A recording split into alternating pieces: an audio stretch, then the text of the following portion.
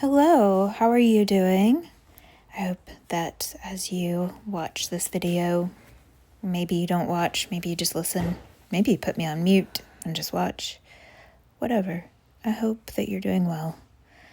I know that the world is crazy, but in each individual moment there's plenty of beauty. Anyway, let me explain. So there's some cool stuff going on in this practice right here in my raw, unedited, everything just as it is yoga practice. And so this is me hitting my foot. Why? Well, have you ever known about something for years and then one day it just reaches a deeper layer in your being, and you go from knowing it to living it? That's what happened to me. So I'll explain. What I'm doing is I'm trying to really kind of wake up my senses, in terms of the five senses, touch. That's why I was slapping the bottom of my feet, because the bottom of our feet have a lot of sensory receptors. And then I was listening, and the little wiggling my fingers was to kind of wake up my peripheral vision. And then what I've done here is I'm smell, ooh, and I've gone to get an incense stick, and you'll see me do something probably quite wrong. And I'm going to stick it in a plant because I don't have an incense burner thingy. I have incense, but not something to stick it into. But anyways, so this is kind of the opposite. This little practice that I'm doing of, trying to wake up my senses and become extra aware of what's going on in my external environment, right? I am listening to music, but I eventually, in my Shavasana, 20 minutes later, I take my AirPods out to just listen to the sounds of the birds outside or the cars driving by or whatever. And this is very much the opposite of what we do in yoga called pratyahara, which is sense withdrawal, right? In yoga, it's one of the things that has, I think, such a positive influence on people. And one of the reasons why yoga can be so transformative for so many people is because of this pratyahara. Because in yoga, when we're practicing on our mats, when we're meditating, when we're doing our pranayama, the breathing, whatever it is, we want to invite in this sense withdrawal, this awareness of what's happening in our inner landscape, right? So the opposite of what I've been doing, the opposite of paying attention to the sights around me, the smells, the sounds, but moving our awareness into what's going on in our body, the feelings of maybe the heartbeat, or just feeling any sensations that you've got in your body, and that's a very common intro to a yoga class. Okay, take a moment at this time to bring your awareness. See, I'm putting on my yoga teacher voice. Bring your awareness within. Notice any areas of your body that you would like to honor. Maybe areas that you're uncomfortable, all this kind of stuff, right? And this is great. And the reason that this is so good and this is so great for so many people is because of a couple of different things that in neurology we call exteroception and interoception. So most people tend to go through life with a little bit too much exteroception and not quite enough interoception. So you've probably guessed what they mean, even if you have never heard these words before. Exteroception is what your five senses tell you about the world going on around you. Extero meaning outside of you. Interoception is your sense of balance. It's where you are in space. It's if you need to pee or if you're hungry or, anything else going on within you, right? And from my understanding, from the resources of information that I have come across in my life thus far, most people tend towards more exteroception, and they are walking around with not really enough awareness of what's going on in their body. And this is why it can be so powerful for them to come to yoga and turn that around, because the kind of neural circuitries that allow for this interoception or exteroception are like any other thing in the nervous system. You use it or lose it, or you can train it and get better at it and make that pathway fire faster and more efficiently. So you can practice it and get better at it. And so when we come to yoga, we have this moment to practice actually being aware of our internal landscape rather than so focused on what's going on around us. Okay, so if this is so good, what the hell am I doing? The thing is, most people are too highly exteroceptive and need to work on interoception, but there are some people who are the opposite. And guess what?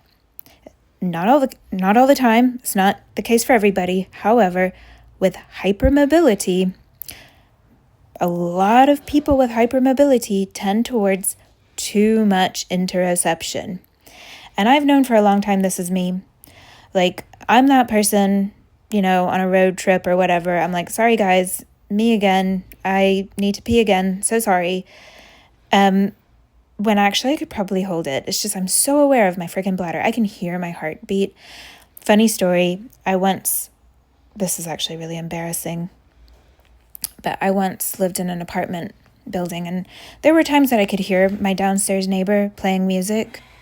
Okay, so there is a precedence to this. However, once I was lying in bed trying to go to sleep, and I could hear this do-do, do-do, do-do. And I'm like, oh my God. Getting all upset with my downstairs neighbor. So I get up and I leave my apartment and go downstairs, and I'm about to knock on her door, and I realize there's no sound coming from her apartment. So I go back upstairs and I get back in bed, and then I can hear it again. And I'm like, where is it coming from? Anyway, I realized it was my freaking heart beating, right? I was getting annoyed with my own heartbeat, but that's yeah. And so it's this hyper awareness of everything going on. And as you can imagine, if it's a good level of awareness, then great, but this is too much, right? And also, I am so unobservant. I always kind of joke, I make fun of myself saying I would be the world's worst detective, because I never really pay attention to what people are wearing or what's around me. Not so bad that I'm bumping into people. I'm not blind, but I'm not taking it in. And so, as I mentioned, I've known about this for years. I've written newsletters about it. I've taught it in classes. But what happened recently for me was, so I taught a hypermobility workshop in Krakow this past weekend. And I mentioned this little, interoception versus exteroception thing in it, and la-di-da. Workshop was over, went home. And anyway, the next day, I had the day off to just be a tourist and go sightseeing around Krakow. And I think it's because I had the full day. Because whenever I've brought this awareness to my life before, I might just basically practice it for a few minutes. I might just walk down to the shop where the little corner shop or whatever, and then I walk back home. And then before I know it, I'm back in my routines, I forget about it. But that's my theory, at least. I had the entire day. So I'm walking around Krakow. Obviously, it's a beautiful city anyway. And I got annoyed because I left my Airbnb, and within 15 minutes, I was like, oh my God, I already need to pee. And I'm not ready to go sit at a cafe and get a coffee, which was just going to make me need to pee again anyway, just so I can use the toilet. And I'm like overthinking all this stuff about like, where am I going to pee? What are the logistics of it? And I'm also noticing that I have a little bit of indigestion from what I ate for breakfast. It's not that bad, but it's a little bit uncomfortable. And then it hit me. I was like, oh my gosh, I'm being way too interoceptive. And because I had just taught it at the workshop the previous day, I was like, let me practice what I preach and start bringing my awareness to the world around me. And I started paying close attention to the beautiful buildings, the architecture, the people around me. And I started noticing things that I wouldn't have noticed before. I would have been too wrapped up in just, the logistics of trying to empty my bladder. That wasn't even that full, it's just the hyper interoception that was making me like hyper aware of a slight need to pee, right? And because I had the whole day, and I used the day just to walk around and go like to the market square, to the castle, to, these different quarters that have their different like vibey things going on. And every time I caught myself being like, ooh, I've got a little like discomfort here in my body or whatever, I'd be like, nope, let me look around me more. And not only was I just, seeing things that I wouldn't normally notice, like I had a little chuckle as I watched this guy. He sounded American, another tourist like me, and he was trying some sort of pastry. And he's like saying to his girlfriend, like, oh my gosh, this is so good. Like, but not, like I heard him say, oh my God. But the rest of those words were just written all over his face. Like, this is so good was just written all over his face. And I could see that. And like, I just wouldn't have noticed that before. And it made me chuckle. I was like, it was almost like I was sharing the experience with them. And I realized that maybe if you're listening to this and this is how you go through your life, you're like, okay, this is pathetic. Do you actually not? And no, I know. To answer your question, no, that is not how I normally experience life.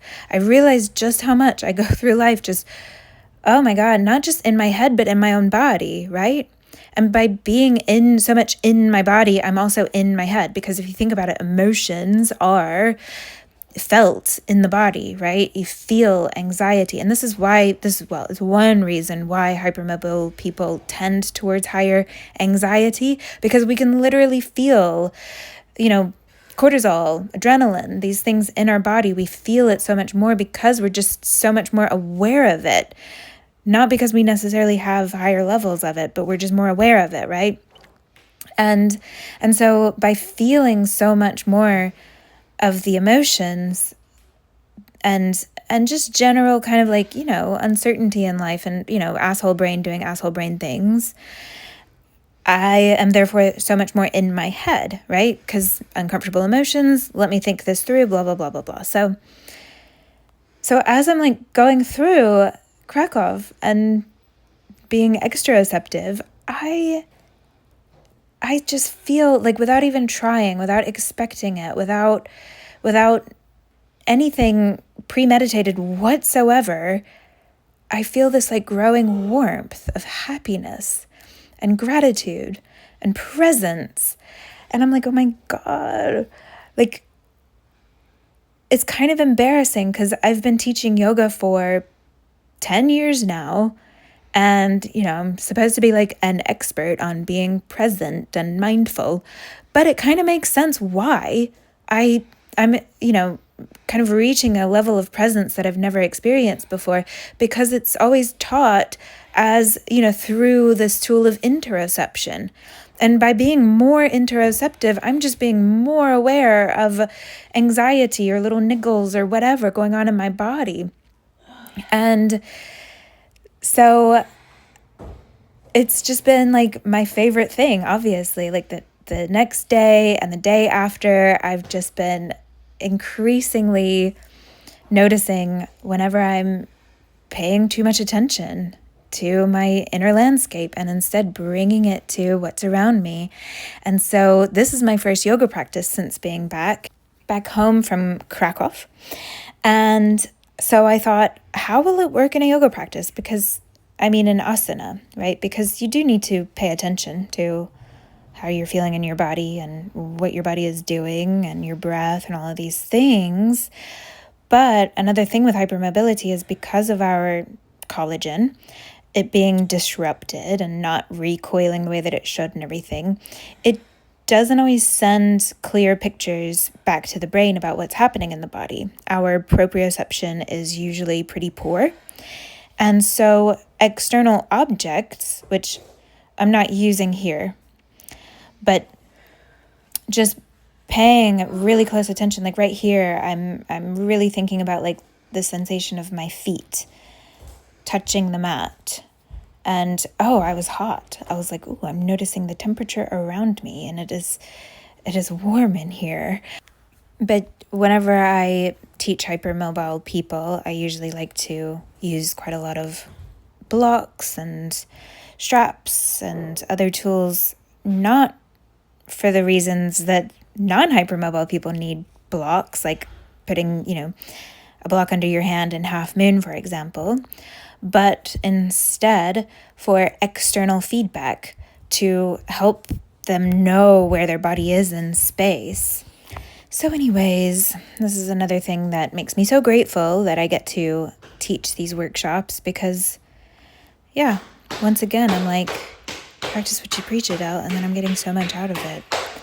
So I'm hitting myself here because it actually felt really nice. But again, for hypermobile people, and what's good for hypermobile people is usually good for everybody, by the way. I like to use the analogy of wheelchair ramps, right? Wheelchair ramps needed, absolutely necessary for people in wheelchairs, but we can all benefit from them if we're, pushing a shopping cart or a pram or dragging a suitcase behind us or whatever, right?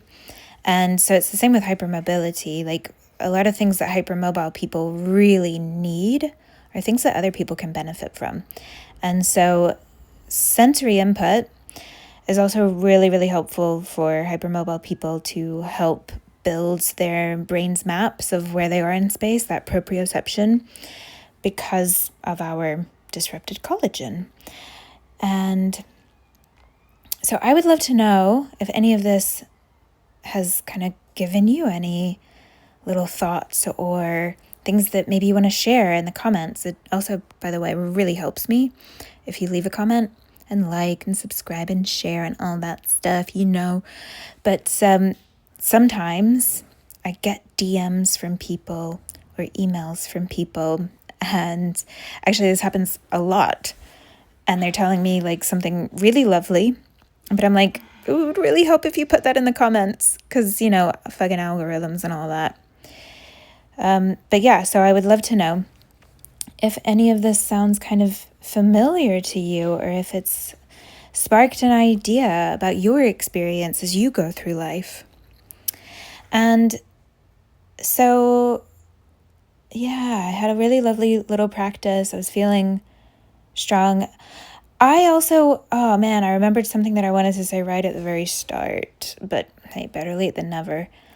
Before doing this practice, I had planned a class and then also taken 2 30-minute classes myself as a student. So I had been yoga teacher and then student, and then I was like, okay, time for self-practice. So I just wanted to say that because I believe right at the very start, I get on my mat and I go into a pretty deep back bend right from the beginning, but that's because I was already quite warmed up. And this hitting myself on my chest felt so good. I don't know why. I don't know if there's, reasons for it besides just, my brain liked it at that particular time. There's probably some structure there that I don't know about, that I don't know, whatever. But I'm going to pivot now because I want to tell you something else that happened after this practice. So just, I don't know, I guess I was kind of proud of myself. I think that I could have possibly gotten scammed, but I didn't get scammed. And here's what happened. there seems to be a new like flavor of scamming going around. I've had a couple of emails from people who just, I don't think they are who they say they are, and they're inviting me to be a podcast guest. And the podcast is something that, in these two instances, like, I can't really find the podcast, like on Apple Podcasts, for example, which is where I listen to all my podcasts. But then like the person that they're referencing might have like a really old Facebook or Instagram page, that has like a few million followers, but the engagement is really poor. Like all the followers are either fake or it's just really, really old, like mine. My Instagram page, I promise I never paid for followers, but it might look like I do because my Instagram account is so old. So my engagement's kind of crap. But anyway, either way, these Instagram pages or Facebook pages or whatever, like, they're not linking to a podcast or anything. Like, it just seems dodgy. But like, these people are offering to pay me to go on the podcast. And the first time it happened, I was like, well, it wouldn't harm, it's not going to hurt just to jump on the call that they're proposing we have, like the pre-podcast call, just to see what it's all about, right? Maybe there's something I'm not seeing. So the first time it happened, I do this, and this guy's telling me, oh, yeah, we don't do our podcasts like on, using any of the other software that other podcasters use. They use Facebook Live. And he's trying to get me to go through these steps that I'm getting increasingly suspicious that he's trying to hack my Facebook. So I'm like, I'm sorry, I don't feel comfortable with this. No. And I like hang up and leave the call. And then he like emails me a bunch of abuse about wasting his time. And then, second time that happened, similar kind of thing. They offered me money. Anyway, so those happened. And I'm kind of glad they happened because I think I had my spidey senses on when somebody else got in touch with me about being a guest on this podcast that had like 12 million listeners on every episode and whatnot. And these people, they seemed a lot more legit. Like, the podcast is an actual legitimate podcast. And anyway, like, they want to have a phone call. Okay, fine. And I had to make time for it in my day and everything. And 15 minutes into this phone call, the guy is like, he mentioned something about like my investment to be in this podcast. And I'm like, sorry, what investment do you mean besides my time? And he says, he didn't even like give me a figure. He said, oh yeah, like, you do have to pay to be on the podcast. And I was like, I've never heard of that in my life. And he's like, oh yeah. And I was like, well, how much is it? I'm thinking like, if it's like $50 or whatever, fine. Like, could be worth it to be exposed to like 12 million people. And he's like, oh, it's going to be in the quadruple digits. And I'm just like, first of all, like, no. Secondly, why say quadruple digits and not just give me a price? But also, he had mentioned earlier, like, when he was like kind of bragging about like previous guests, one of the previous guests was Andrew Tate. So I was already like, I don't know if I want to, like, I'm sorry, like anybody that gives him a platform, I don't know if I trust them. I don't know if I want to be affiliated with them in any way. But, this was just like the first call and I was just getting all the information. But when he said that, I was just like, no, absolutely not. And so I was like, by the way, you should have told me about this before because I've like moved around my schedule so I could make this call and everything. And anyway, he was nice about it at least. But afterwards, I did some Googling and I could find zero evidence of, especially a podcast as big as this one said it is, charging their guests to go on. Like, all the big podcasts, like, they don't charge their guests. And I've certainly never either been paid or paid a fee to go on a podcast. And anyway, even if it's legit, even if this podcast is like they legitimately charge their guests thousands of dollars to go on, I was really proud of myself that I was like, you know what? I'm good. I'm in a place like I'm not grasping or clinging or chasing anything. Like, I am content and happy with how my life is. Like, sure, I'd love more followers. Sure, I'd love more money. But, it was like, I've practiced like trusting myself and loving myself and being grateful for what I've got for so long now. I think it's finally working. That is like, I didn't even have to think about it. It wasn't like well, maybe it would be worth it. I don't know. Like, 12 million people, like that could, I was like, no, straight away, no, especially because of the Andy Tate thing that also helped. So anyways, I just wanted to tell you that story because I thought it was funny. And watch out for scammers, people. If I ever have guests on this podcast, I won't scam them. What am I saying? I don't know. Should I get guests on? That could be fun. Okay, so I'm doing my Shavasana. That's when I took out my AirPods, what are they called? And in my Shavasana, I got back to like really practicing the Exteroception and like really paying attention to like my mat was kind of cold, the floor was a bit cold, and I could feel that. I was feeling like I was listening. I had seen out my window earlier when I was standing up a crow that was being like super cute, eating something on the street. And I was listening then to the sounds of the crows outside. And yeah, so then I decided to do a back bend. That's what I felt like doing. And that's it. That's all I have to say. I think I'm almost done. So yeah, please like, subscribe, blah, blah, blah, call to action. Yeah, all that stuff. Okay. I love you loads. Bye.